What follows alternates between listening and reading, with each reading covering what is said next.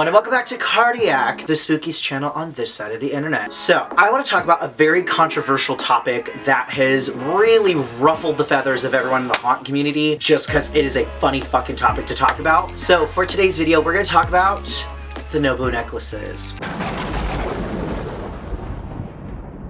So what exactly are the Nobu necklaces? Well, essentially, it's a necklace that has a lot of lights on them, and they blast a certain color or blink a certain color that basically warns any of the scare talents at a haunt event that offers these to basically say like, hey, don't scare this individual, but you can still like interact with them and kind of like not scare them in so many ways. But note that these boo necklaces are meant for the scare zones and not the mazes, because the mazes will be so much tougher to police. So at this point when they purchase them, just letting you know, this is only for the scare zones, not for the mazes.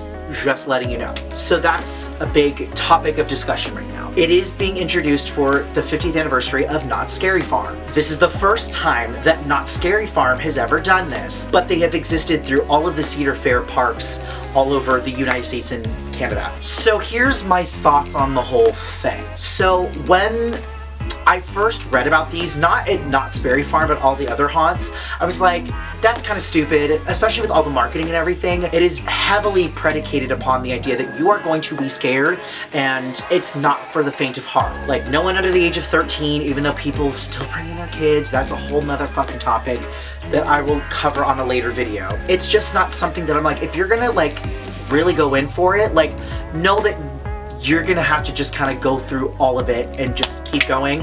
And I do have some people who get a little tense, and I usually would say like to go get a beer, drink, slowly walk around, taking everything, and just know that someone's gonna scare you, but let the alcohol kind of calm you down a little bit. Now, I will say not everyone's a drinker, and I totally get that, but I've had friends who do drink a beer while they're at the event and they end up totally fine, but again, that's different for everybody. However, my stance has changed a little bit in the start of this, and the reason why is for the conversation of neurodiversity and people who may be on the spectrum. Now, let's put it this way. We have Sally. Sally is a normal human being who loves getting scared, but sometimes finds that certain elements just overstimulate her.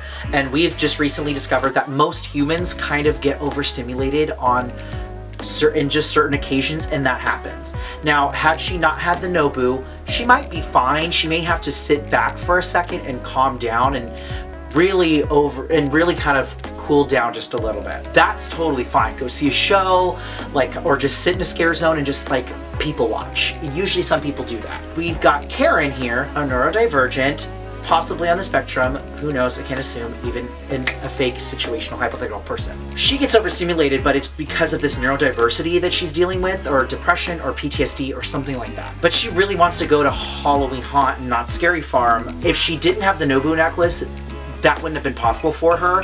Whereas if she had the Nobu necklace, she could go through and see the monsters interacting, and they can interact with her still, if I'm not mistaken, without scaring anybody. And that's like a big, huge thing of just like being able to like creep around and kind of live in that universe without having to scare somebody. Now, like I said, these are off, the mazes are fair game.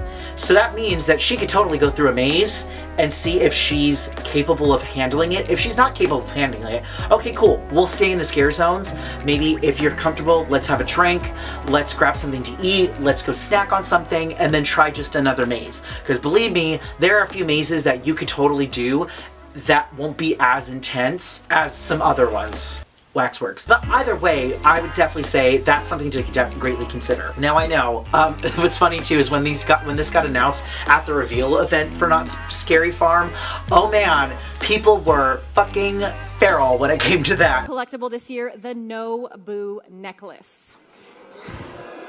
And I totally get it, because their haunt is changing, and it's not like how it used to be even just like 5 years ago, where it was kind of just like, deal with it or not. However, I've been a little bit more lax on it, and my tune's changing a little bit. If I ever go back to streets and I do see these Nobu necklaces, I'd be more willing to interact and be kind of more like a lookalike character, if that makes sense. But that's just my thought on it. So again, the whole thing has just been very controversial and I love the conversation. So I'm actually gonna pass this on to you in the comments down below. Let me know in the comments down below, what are your thoughts on the Nobu necklace, even after me discussing the thoughts on neurodiversity and being able to be inclusive to everybody. I would love to hear your thoughts, so leave those in the comments down below. Thank you guys so much for watching. As always, my name is Forrest, and I'll see you in the shadows.